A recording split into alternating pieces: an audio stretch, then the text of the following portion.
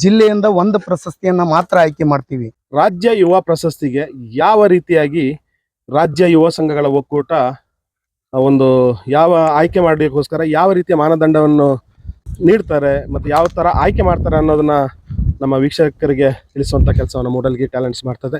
ಇದಕ್ಕೋಸ್ಕರ ಈ ದಿನ ನಮ್ಮ ಜೊತೆ ಇದ್ದಾರೆ ಬೆಳಗಾವಿ ಜಿಲ್ಲಾ ಯುವ ಸಂಘಗಳ ಒಕ್ಕೂಟದ ಜಿಲ್ಲಾಧ್ಯಕ್ಷರಾಗಿರುವಂತಹ ಸ್ವಾಮಿ ವಿವೇಕಾನಂದ ರಾಜ್ಯ ಯುವ ಪ್ರಶಸ್ತಿಯನ್ನು ಪಡೆದಿರುವಂತಹ ಪುರಸ್ಕೃತರಾಗಿರುವಂತಹ ಸಿದ್ದಣ್ಣ ದುರ್ದೊಂಡಿ. ಇವರು ಸಹ ಸಮಾಜ ಸೇವಕರು. ಸಾಕಷ್ಟು ಪ್ರಶಸ್ತಿಗಳು ಇವ್ರನ್ನ ಆರಿಸ್ಕೊಂಡು ಬಂದಿದ್ದಾವೆ. ಅವ್ರನ್ನ ಇವಾಗ ಮಾತಾಡಿಸ್ತೀವಿ. ಸಿದ್ದಣ್ಣ ದುರ್ದೊಂಡಿ ಅವರೇ ನಮಸ್ಕಾರ. ನಮಗೆ ಮೂಡಲ್ಗಿ ಟ್ಯಾಲೆಂಟ್ಸ್ ಇಂದ ಸ್ವಾಗತ. ನಮಸ್ಕಾರ. ಈಗ ಸಿದ್ದಣ್ಣ ದುರ್ದೊಂಡಿ ಅವರೇ, ತಾವು ನಮಗೆ ತಿಳಿದಿರುವಂತೆ ಸಮಾಜ ಸೇವಕರು. ಕರ್ನಾಟಕ ಸರ್ಕಾರ ನೀಡುವಂತಹ ಸ್ವಾಮಿ ವಿವೇಕಾನಂದ ರಾಜ್ಯ ಪ್ರಶಸ್ತಿಯನ್ನು ಪಡೆದುಕೊಂಡವರು ನಮ್ಮ ಜೊತೆ ಇದ್ದೀರಿ. ಈಗ ನಿನ್ನೆ ಈ 2024 ಮತ್ತು 25ನೇ ಸಾಲಿನ ರಾಜ್ಯ ಯುವ ಪ್ರಶಸ್ತಿ ಈಗ ಎಲ್ಲ 31 ಜಿಲ್ಲೆಯ ಸಾಧಕರಿಗೆ ನೀಡಿದ್ದೀರಿ. ಇದರಲ್ಲಿ ತಮ್ಮ ರಾಜ್ಯ ಯುವ ಸಂಘಗಳ ಒಕ್ಕೂಟದಿಂದ ತಾವು ನೀಡ್ತಿದ್ದೀರಿ ಅನ್ನೋದು ನಮಗೆ ಗಮನಕ್ಕೆ ಬಂತು. ಈ ಒಂದು ಪ್ರಶಸ್ತಿಯನ್ನು ತಾವು ಯಾವ ರೀತಿಯ ಮಾನದಂಡ ಇಟ್ಕೊಂಡು ಇದಕ್ಕೆ ಸಾಧಕರನ್ನು ಆಯ್ಕೆ ಮಾಡ್ತೀರಿ ಅನ್ನೋದು ನಮ್ಮ ವೀಕ್ಷಕರ ಪ್ರಶ್ನೆ ಆಗಿದೆ. ಇದಕ್ಕೆ ತಮ್ಮಿಂದ ಒಂದು ಉತ್ತರ ದೊರಕಬಹುದಾ? ಮೂಡಲ್ಗಿ ಟ್ಯಾಲೆಂಟ್ಸ್ ತಂಡಕ್ಕೆ ನಾವು ಕರ್ನಾಟಕ ರಾಜ್ಯ ಯುವ ಸಂಘಗಳ ವತಿಯಿಂದ ಅನಂತ ಧನ್ಯವಾದಗಳನ್ನು ಸಲ್ಲಿಸ್ತಾ ಇದ್ದೇವೆ. ಯಾಕಂತಂದರೆ ಗ್ರಾಮೀಣ ಮಟ್ಟದ ಪ್ರತಿಭೆಗಳನ್ನು ಹೊರಗೆ ತರಲಿಕ್ಕೆ ನಿಮ್ಮ ಮೂಡಲ್ಗಿ ಟ್ಯಾಲೆಂಟ್ಸ್ ತಂಡ ಚೆನ್ನಾಗಿ ಕೆಲಸ ಮಾಡ್ತಾ ಇದೆ. ಇವತ್ತ ನೀವೇನು ಕೇಳಿದ್ರಲ್ಲ, ಒಂದು ಉತ್ತಮ ಪ್ರಶ್ನೆ. ಯಾಕಂತಂದರೆ ಜಿಲ್ಲೆಯಲ್ಲಿ ರಾಜ್ಯದಲ್ಲಿ ಕೆಲವೊಂದಿಷ್ಟು ಪ್ರಶ್ನೆಗಳು ಉದ್ಭವ ಆಗ್ತವೆ. ಪ್ರಶಸ್ತಿಗಳನ್ನು ಯಾವ ರೀತಿ ಮಾನದಂಡದಲ್ಲಿ ಆಯ್ಕೆ ಮಾಡ್ತೀರಂದಾಗ ಕೆಲವೊಂದಿಷ್ಟು ಪ್ರಶ್ನೆಗಳು ಉದ್ಭವ ಆಗುತ್ತವೆ. ಮೊದಲನೇದಾಗಿ ನಾವು ಈ ರಾಜ್ಯ ಯುವ ಪ್ರಶಸ್ತಿಗಳನ್ನ ನೀಡಬೇಕಾದ್ರೆ ಅವು ಸಾಧಕರು ಯಾವೆಲ್ಲ ಕಾರ್ಯಕ್ರಮಗಳನ್ನು ಮಾಡಿರಬೇಕು, ಮೊದಲನೇದಾಗಿ ನಾವು ಇದನ್ನ ತಿಳಿಸುವಂತ ಕೆಲಸವನ್ನು ಮಾಡೋಣ.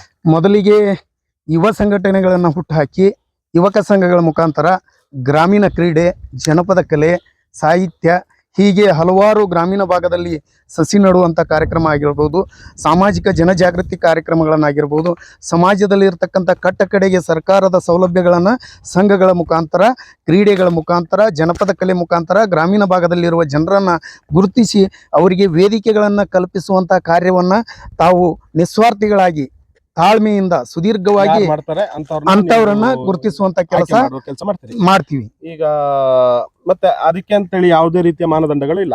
ಅದಕ್ಕೆ ಅಂತಂದ್ರೆ ಇಷ್ಟು ದಿವಸ ಅವರು ಕೆಲಸ ಮಾಡಿರ್ಬೇಕು.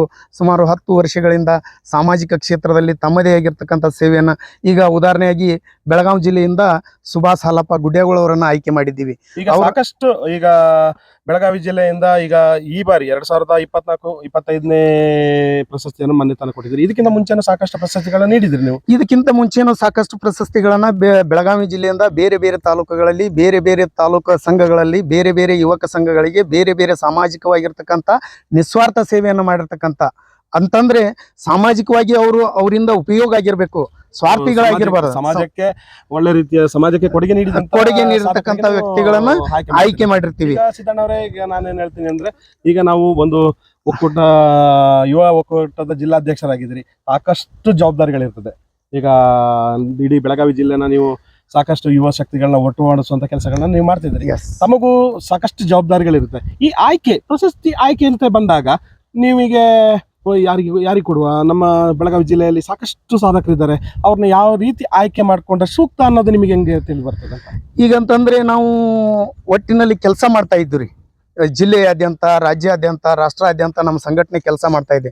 ಕರ್ನಾಟಕ ರಾಜ್ಯ ಯುವ ಸಂಘಗಳ ಒಕ್ಕೂಟ ಅಂತಕ್ಕಂಥದ್ದು ರಾಜ್ಯಾದ್ಯಂತ ಕೆಲಸ ಮಾಡ್ತಾ ಇದೆ. ರಾಜ್ಯದ 31 ಜಿಲ್ಲೆಗಳಲ್ಲಿಯೂ ಕೂಡ ಜಿಲ್ಲಾಧ್ಯಕ್ಷರಿದ್ದಾರೆ, ಜಿಲ್ಲಾ ಪದಾಧಿಕಾರಿಗಳಿದ್ದಾರೆ, ತಾಲೂಕಾ ಅಧ್ಯಕ್ಷರಿದ್ದಾರೆ.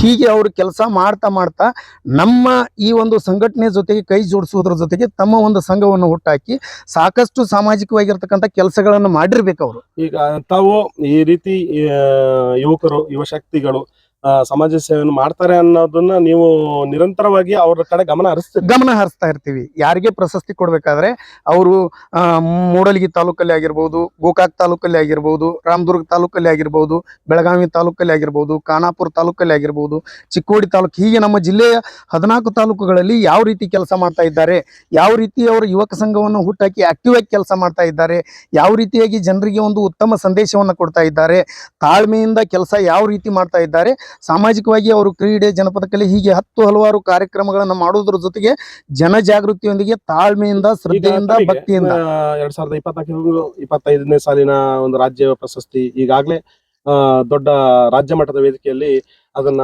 ವಿತರಣೆ ಮಾಡಿದ್ದಾರೆ. ಈ ಆಯ್ಕೆ ಅಂತ ಬಂದಾಗ ನಿಮಗೆ ಸಾಕಷ್ಟುಗಳು ಪರವಿರೋಧ ಮಾತುಗಳು ಬಂದಿರಬಹುದು. ಆವಾಗ ನೀವು ಅದನ್ನ ಯಾವ ರೀತಿ ಅವರಿಗೆ ಉತ್ತರವನ್ನು ಕೊಟ್ಟಿದ್ದೀರಿ? ನೋಡ್ರಿ, ಇದು ಪ್ರಶಸ್ತಿ ಅಂತಕ್ಕಂಥದ್ದು ಸಾಧನೆ ಆಗಬೇಕು ಹೊರತು ಪ್ರಶಸ್ತಿಯಾಗಿ ಉಳಿಬಾರದು.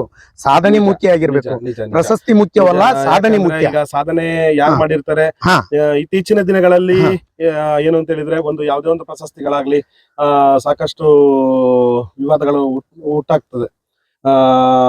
ಏನೋ ಯಾರು ಸಾಧಕರಲ್ಲ ಅಂತವ್ರನ್ನ ಗುರುತಿಸುವಂತ ಪ್ರಯತ್ನಗಳಾಗ್ತದೆ.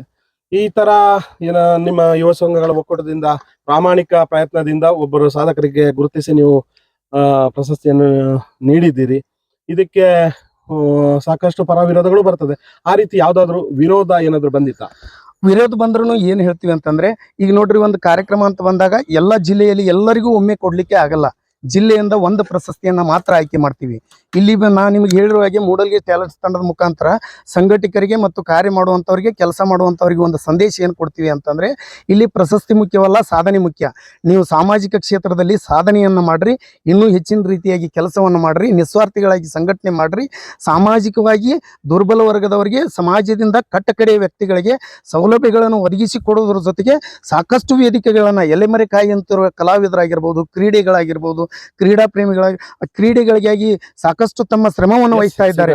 ಅಂತ ಕ್ರೀಡಾಪಟುಗಳನ್ನು ಗುರುತಿಸಿ ನೀವು ಸೇವೆ ಮಾಡಿದರೆ ಬರುವಂತ ದಿನಮಾನಗಳಲ್ಲಿ ಎಲ್ಲರಿಗೂ ಅವಕಾಶ ಕೊಡ್ಲಿಕ್ಕೆ ಅನುವು ಆಗ್ತದೆ ಅಂತಕ್ಕಂಥದ್ದು ನಮ್ಮ ಅಭಿಪ್ರಾಯ.